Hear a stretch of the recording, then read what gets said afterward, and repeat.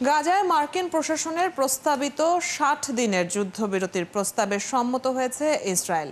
যুক্তরাষ্ট্রের president Donald Trump এই তথ্য জানিয়ে বলেছেন, এই সময়ে মধ্যস্থতাকারীরা সব পক্ষের সঙ্গে আলোচনা করে মধ্যপ্রাচ্যে যুদ্ধ শেষ করার জন্য কাজ করবে। এদিকে গাজায় ইসরায়েলি হামলায় গত ২৪ ঘন্টায় আরও ১০৯ জন ফিলিস্তিনি নিহত হয়েছেন। বিস্তারিত মনিরুজ্জামান বাবুর প্রতিবেদনে। একনন সোপ, দেশের নম্বর 1 হালাল অ্যান্টিব্যাকটেরিয়াল সোপ, ন্যাচারাল ব্যাকটেরিয়ালাইসিসের সুরক্ষায় ফ্রেশ ও অ্যাক্টিভ সবসময়। গত কয়েক মাস ধরে ইসরায়েলের সঙ্গে হামাসের ৬০ দিনের অস্থায়ী যুদ্ধবিরতির আলোচনা চলছিল, যেটির প্রস্তাব দিয়েছিলেন ট্রাম্পের বিশেষ দূত স্টিভ উইটকফ। আগামী সপ্তাহে ইসরায়েলি প্রধানমন্ত্রী বেনিয়ামিন নেতানিয়াহুর সঙ্গে হোয়াইট হাউসে ট্রাম্পের বৈঠক হবার কথা রয়েছে।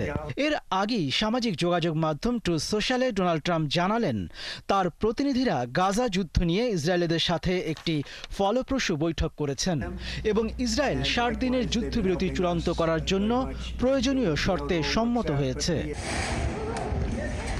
ট্রাম্প পোস্টে আরও বলেন, কাতার ও মিশরীয় প্রতিনিধিরা মধ্যপ্রাচ্যে শান্তি প্রতিষ্ঠার জন্য কঠোর পরিশ্রম করেছে। তারা এই চূড়ান্ত প্রস্তাবটি হামাসের কাছে তুলে ধরবে।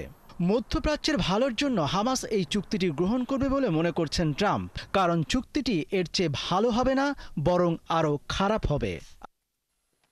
তবে ট্রাম্প তার প্রতিনিধিদের নাম জানাননি। মার্কিন গণমাধ্যমগুলো বলছে, মার্কিন বিশেষ দূত স্টিভ উইটকফ, পররাষ্ট্রমন্ত্রী মার্কো রুবিও এবং ভাইস প্রেসিডেন্ট জেডি ভ্যান্সের সঙ্গে ইসরায়েলি মন্ত্রীর মঙ্গলবার বৈঠক হয়েছে। এরপরই ট্রাম্প গাজায় যুদ্ধবিরতি নিয়ে মার্কিন প্রস্তাবে ইসরায়েলের সম্মতির ঘোষণা দেন। এদিকে হামাস যুদ্ধবিরতির শর্ত মেনে নেবে কিনা সেই বিষয়ে এখন স্পষ্ট কিছু জানা যায়নি। গাজার যুদ্ধবিরতি বিষয়ে হামাস বরাবরই বলেছে, যুদ্ধ শেষ করার যে কোনো চুক্তির আওতায় গাজায় থাকা অবশিষ্ট জিম্মিদের মুক্তি দিতে তারা প্রস্তুত। তবে ইসরায়েলের পক্ষ থেকে বলা হয়েছে, যুদ্ধ তখনই শেষ হবে যখন হামাসকে সম্পূর্ণ নিরস্ত্র ও বিলুপ্ত করা যাবে।